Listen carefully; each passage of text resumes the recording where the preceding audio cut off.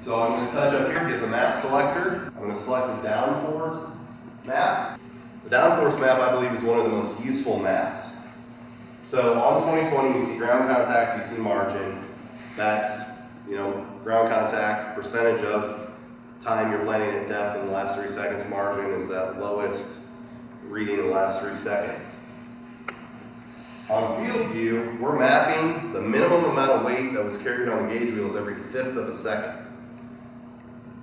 So 2020 gives us 1 reading every 3 seconds. FieldView gives us 15 readings per row in 3 seconds. So I can see much more detailed information on FieldView with regards to downforce and what's happening than what I see on the 2020. So I recommend, glance at the downforce box on the 2020, but if you're just trying to decide, should I make changes, that kind of thing, use FieldView. On FieldView, you're seeing the history, plus you get a report that quantifies it. So rather than me saying, well, it looked like I had ground contact below 100% of the time, or I had less than 100% ground contact every once in a while, well, how often was it? I don't know, 5% of the time, 10%. There's a report that actually tells you that. So basically here, we're looking at every 1/5 of a second, what's the weight on the gauge wheels. This map happens to have a load cell on every row. Many of you won't have a load cell on every row, so the rows that don't have one will just be gray on this map. Anywhere there's a blue square, it means that at some point within the 40 readings that were taken in that 1/5 of a second on that row, there was no weight on the gauge wheels at some point. So if there's a blue square, we're very confident you planted somewhat shallower than the depth you set. Green, there was 0 to 100 pounds on the gauge wheels in that 1/5 of a second. Same with yellow or orange. And if it's a dark red, which we don't see much of out here, there was over 200 pounds of weight minimum on the gauge wheels in that 1/5 of a second. I want to avoid blues. I also want to avoid red. So loss of ground contact, shallow seeds. What's the cost of a shallow planted seed? So let's say you're planting in ideal conditions, which I would define as the top inch is dry, below an inch there's some moisture in the soil, and you're putting the seed at 1 3/4, 2 inches in the moisture. If there's consistent moisture there, you should have consistent germination. So if I plant shallow, let's say I plant a seed 3/4 of an inch deep, it's in drier soil than the ones at 1 3/4. Very likely it's going to germinate later because it doesn't have as much moisture. Very likely emerges later. If it gets 2 leaf collars or more behind, probably don't get an ear. So that's the risk of the loss of ground contact with blue squares, is no ear on the plant. What about red? In ideal conditions, that means I planted a seed at the depth I wanted, and then the gauge wheels applied over 200 pounds of force to the ground and around that seed, and 4 inches either side, basically.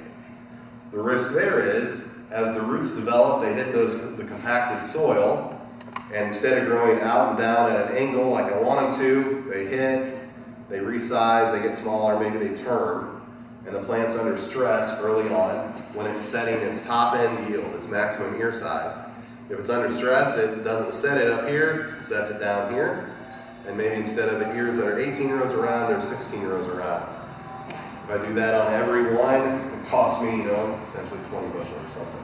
But it's a smaller ear where loss of ground contact could give me no ear. So I'd rather have a bunch of small ears than no ear. But that's kind of like saying, you want me to take the $5 bill or the $10 bill for an ear? You pick.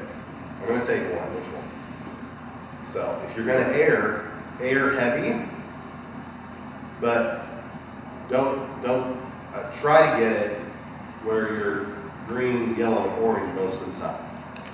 Right? So what do we want? Just conceptually, we want our gauge wheel arms to hit the depth stop and stay there all the time.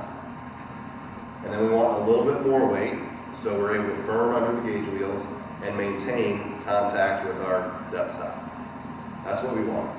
Consistent depth. Whatever this depth is that I set, I want that to be consistent with a little bit of firming, but nothing more, nothing too compact. So here, I see the map, I touch my report,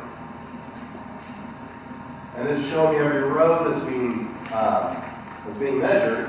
But if I look at the bottom, for the acres I've planted so far in the field and the acres we've measured, I see what percentage of the readings had blue squares or loss of ground contact, meaning I have shallow seeds. What percentage had good downforce, meaning I had some weight on the gauge wheels but not over 200 pounds. So that means I had depth plus some firming. And where did I have excess downforce, meaning over 200 pounds? So to correlate this to yield, what percentage of the acres am I at risk for losing an ear on? What percentage of the acres am I at risk for a small ear on?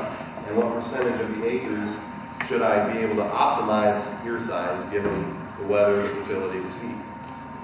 Right? So where do you set your springs? Where do you set your airbag pressure? We go from it depends to I plan a little bit in the field, I set it, where I make an educated guess, I set it, I plan a little bit, I pull up the downforce map and I look at this report.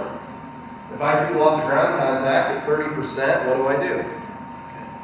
I increase my spring pressure, I increase my airbag PSI.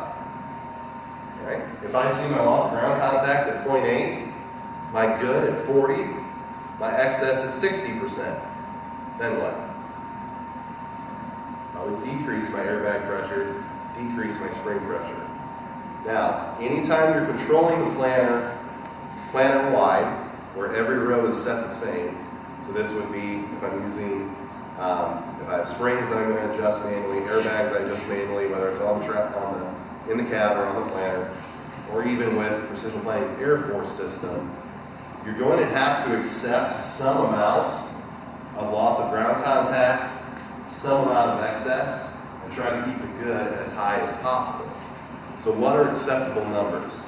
From my experience in 6 years of looking at FieldView maps reports, looking at different planners, the way they run, 5% loss of ground contact is roughly an acceptable number. These numbers that I'm saying right now are very different with Delta Force. But with manual adjustment or with Air Force, I probably want to try to adjust my downforce system so I can keep this loss of ground contact 5%, maybe a touch less. So then what I'm managing from that point is, how do I get my good as high as possible with my excess as low as possible without getting my loss of ground contact higher than that 5% level? Okay? Now, different planners that are equipped with different equipment are going to be able to get those numbers more fine-tuned or less fine-tuned. So if I have springs on my parallel arms or in the center is my downforce system, a John Deere T-handle for instance, notch 1 applies 125 pounds, notch 2 applies 250, notch 3 applies 375. So I can adjust in 125 pound increments. So if I see loss of ground contact at 7%, I increase my applied force on my spring by 125 pounds, it's very possible that my loss of ground contact is going to go to 3. So I either pick 3 or 7. And then my excess might go up another 10 or 15% by increasing my spring pressure by 125 pounds. And I can't really adjust it more fine-tuned than that, so that's what I live with. I do the best I can with that system. Now, if I have airbags and I can adjust them from 0 to 120 psi, and anywhere along that spectrum, I see 7% loss of ground contact, maybe I bump it up 10 psi and see what happens. Now I get down to 4.5, I get my good to 70%, and my excess is 25. Now I'm in good shape. If that 10 psi increase doesn't quite get it, I can bump it up another 5. With airbags, 1 psi of pressure in your airbag system applies 3.3 pounds of actual weight to the row unit. Okay? So if you set your airbag pressure at 100 psi, you're not applying 100 pounds of weight, you're applying 330. Okay?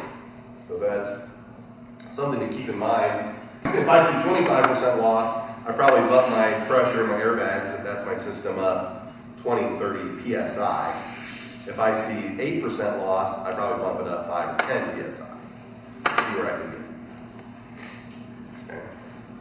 With air force, depending on the scenario, you're probably still going to be down around 5%, maybe a touch lower, depending on your tillage scenario. Good downforce with air force, probably 75 to 85. Good downforce with manually adjusted springs or airbags, typically between 50 and 80. Now, conventional tillage, row hopper planters, and airbags, if I'm controlling that system manually, I'm going to have an opportunity to have better good downforce. If I have a central fill planter in no-till or strip-till with spring downforce, I've got uneven weight, I've got springs that adjust by 100 pounds at a time, and I'm in a more variable environment typically, my opportunity for good downforce to be high is going to be less.